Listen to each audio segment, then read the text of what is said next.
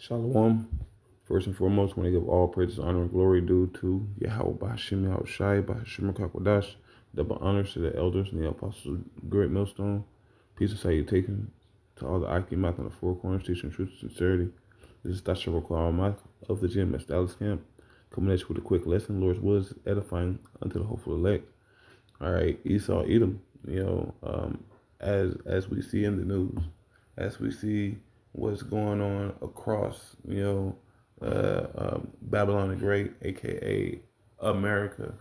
All right, Jacob's trouble, which we have been in Jacob's trouble the whole time. All right, these past last couple years. All right, but it was a buildup. It had to be a buildup because uh, Esau Esau wanted to use the tribes to justify um, his his coming down. All right, his uh, free fall. Okay, because he has built up. Uh, Salakia, we have built up this kingdom, in our captivity, um, to the point to where it is now, man. And it's all through the spirit and power of Yahweh Shemi Shai that, gave us strength to get this far. So we need to focus upon him to finish out the race. All right. But I'm gonna hit a couple points. Abaratazai is edifying unto the hopeful elect. All right, because with the Northern Kingdom, the Northern Kingdom has been basically um, the the second laborer in Babylon the Great or America, because the first laborer was Judah. Judah was the maintenance men, the plumbers, the painters. They built up America to where it is. After they came off of cargo slave ships and endured hard labor. Okay, but in the in Jim Crow, it's so much history, but starting at around Jim Crow to the late or the early 1900s, that was Judah's part. But whenever they started taking the jobs and sending them overseas, you know, and basically trying to break down the black, so-called black nuclear family, to where it is now. Because right now it's destroyed.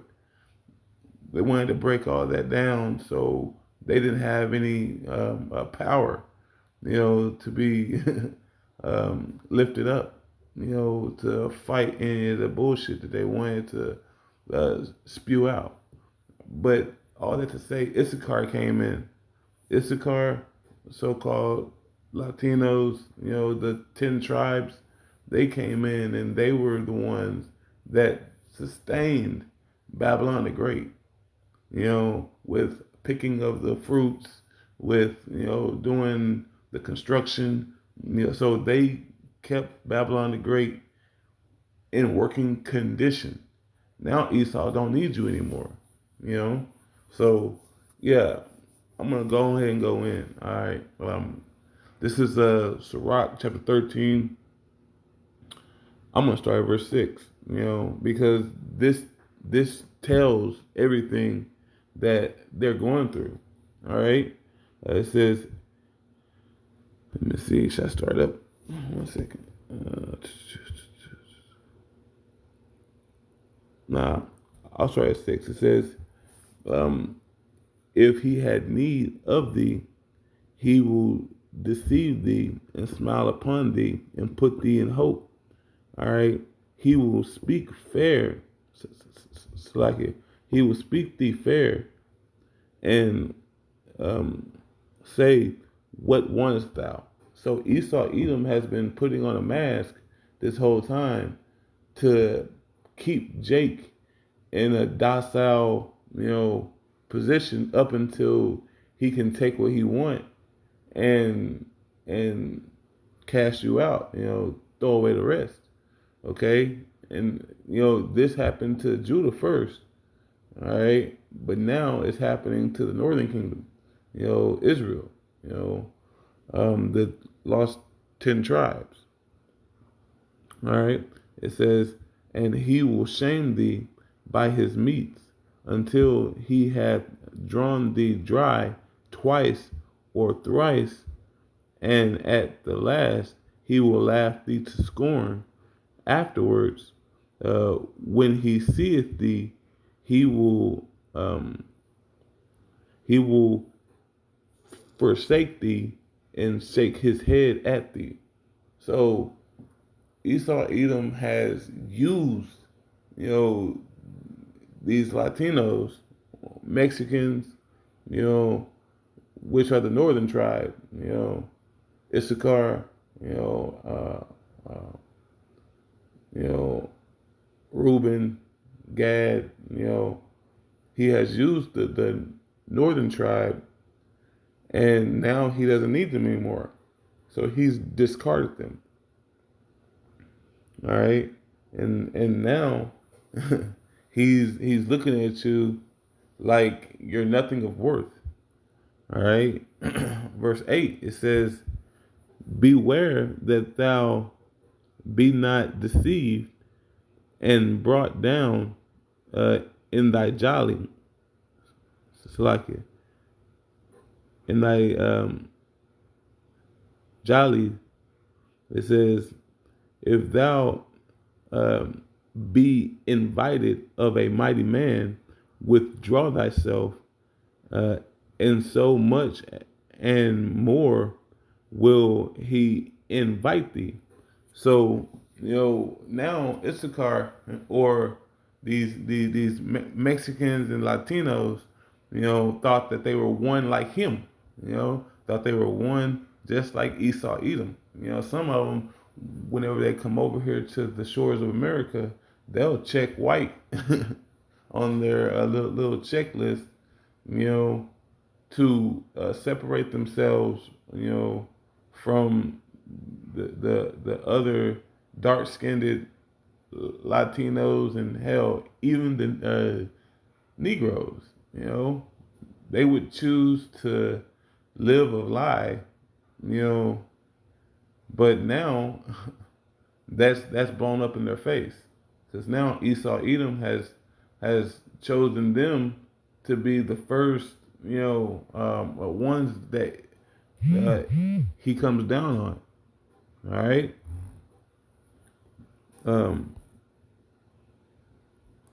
I'll read 10. It says, verse 10. Well, so like it.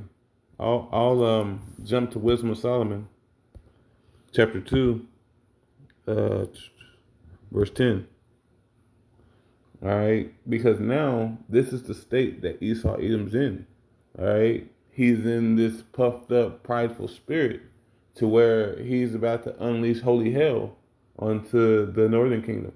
All right, but northern kingdom gets it first, but Judah gets it the worst. So we are all one people. So we're all going to receive the same judgment. Just to say. All right. It says, verse 10, it says, let us oppress the poor righteous man. Let us not spare the widow, nor reverence the ancient gray hairs of the age.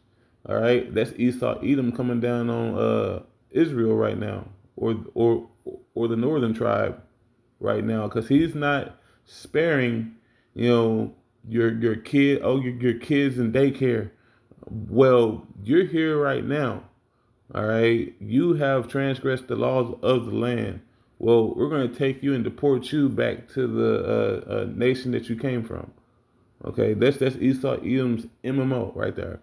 Okay, he's going to take you and displace you from your kid. He's going to take your kid, put your kid in foster care, or you know, there is worse that Esau Edom can do to your seed, that you're separated from.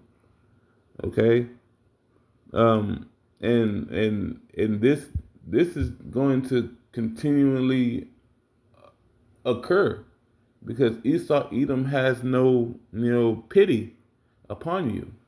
There's no pity. He's gonna go balls to the wall.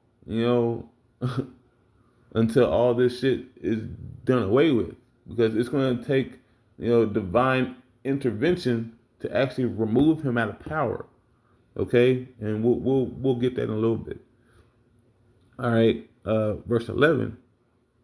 It says, "Let our strength be the law of justice." See, he thinks that his strength is in his laws, which is no laws, because he's broken all of his laws. All right, he has done that with Gad and with Reuben. He broke over 400 different treaties. So really, his laws don't have any effect. Hell, Esau Edom, DJ Jazzy Trump, he's taking a law from the 1790s, all right, and implementing them to have a position to actually go after the northern Salakia, to actually go after the northern tribes. Okay, he's doing that. Man, it was on the tip of my tongue. He's using that Insurrection Act, right? Saying that America is being attacked through all these tribes coming over here. No, that's not what it is. All right, these people are coming over here because they're getting ready to be judged, and this is a part of it. But they thought that they had a friend in Esau Edom, but it turns out to be he's showing his horns. He's gritting his teeth. Okay, but let me continue on. It says, "Let us oppress the poor." Salakia. It says, "Let our strength be the law of justice, for that which is feeble is found to be nothing worth." Okay, so even the little babies, the old gray hair, the old men and women out here, like your Thea, he doesn't care who he gets it to, but everybody's going to get it at the end of the day. Okay, it says, verse 12. It says, "Then therefore let us lie in wait for the righteous, because he is not for our turn." And it says, "And he is clean contrary to our doings. He upbraideth us with our offending the law, and objecteth to our infamy, the transgression, the transgressing of our education." So, as you can see there, they went through all this, oppressing the poor righteous man. They're trying to go after the elect. They're trying to go after the men that go out there on the four corners teaching these scriptures. Okay, everybody else is just cannon fodder. All right, they want us, and they're gonna go cut and gut through, a whole nation just to take out the righteous, just to remove, Yahweh Shemi Shai from the planet Earth forever. Okay, that was the plan back in Psalms 83. They didn't want the name of Israel to be in remembrance anymore. They want to continue their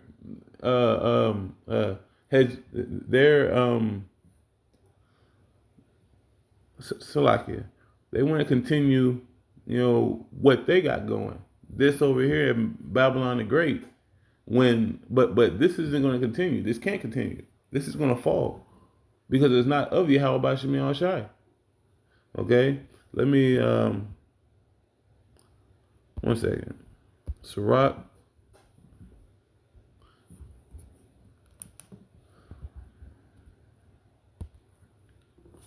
Salakia. It was Second Esdras.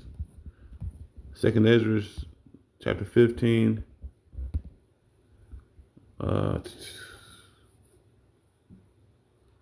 15. Because like Esau Edom's trying to handle two fronts. He's trying to take out the tribes, you know, deport them, but he also is trying to show face. He's trying to, you know, still say that the country is still together. We just gonna cut out or uproot a bunch of people that doesn't belong here anyway. But all this to say, holy hell is about to erupt because the people are seeing it as if you can do this to them, you're gonna take those same acts which are still in play to come up against the people. You know, if you don't like how they're going, how they're conducting themselves, okay. But I'm gonna pull this in Second Esdras, chapter 15. What's a good spot to start? Yeah, I'll start at verse 14. It says, "Woe to the world and them that dwell therein." Because death to this place. I mean, that's what woe means. Death to this world. Because Yahweh Shemi Shai is coming back to exact holy judgment. Okay? Verse 15, it says, "For the sword in their destruction draweth nigh." It's coming. We are literally waiting on a couple more prophecies. The MOTB, being put out and made known across the earth, and we are waiting on those thermonuclear missiles, which Yahweh Shemi Shai has coined up to pop off with especially with Russia. They just said that they're going to detonate a nuclear bomb about 400 miles off the coast of America. I'll pull the article here in a little bit. But all that to say, this is what Esau Edom is really trying to do. He's trying to push his enterprise to get all this done. But it starts with the Northern Kingdom. It starts with the Latin tribes, to stir the pot, to make it to where, all this shit is going to come to a head so he can do his draconian measures. Okay? But I'll read that again. It says, "For the sword and their destruction draweth nigh, and one people shall stand up and fight against another, and swords in their hands." And what's the sword? The modern day gun. So, people are going to be going up against each other. As you can see that's brewing over there, in LA, but it's spreading across America. It says, for there shall be sedition amongst men, and invading one another. They shall not regard their kings nor princes, and the course of their actions shall stand in their power. So that 16 right there, that is what's about to pop off. That's the point where we're at. Okay? These people are about to go, cold. They're about to go psycho. Psycho. They're about to go cold. They're not going to care about what's going to happen to your neighbor, and they're not going to care about what's going to happen. You know, they just need to get what they need to get to survive.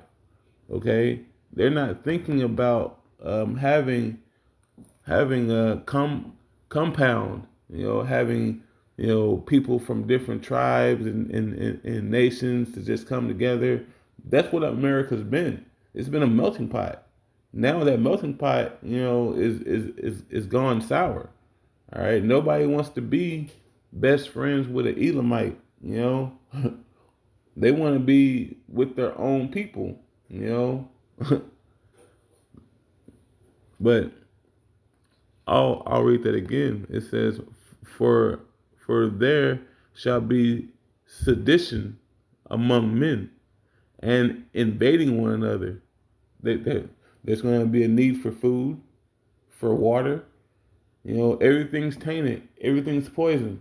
The water in the sky. You can't collect rainwater. It's so damn bad. Hell, the vegetables. Water has fluoride in it.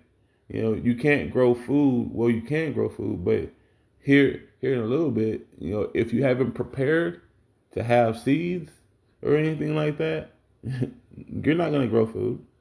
You're gonna have to wait and call upon your how by Shemel Shai for all things. But hopefully, we're delivered. Hopefully, we are out of this place because those thermonuclear missiles are about to come. Okay, it's about to lay waste. How about Shemel Shai is about to put in work, man, and call Lord and light. How about Shemel Shai for that? All right, but hey, I didn't want this to be long. Abba Ratazah, the point was made. There's going to be sedition amongst men. Invading one another. It's already going on right now in Chicago. Well, in Chicago, in Texas, in California, New York. ICE is going in there snatching up kids, babies. Waiting until they go to school. Graduations. They did this at an elementary graduation, bro. Hell is coming. Hell is coming. It's here. Abaratazah, Lord's will, you endure. But this is only talking to the men that sigh and that cry for Yahweh Shemel Shai. All right, but with that, hey, I want to give all praises, honor, and glory due to Yahweh Bahashim Yahweh Shai Bahashim Kakodash. Shalom and shalom.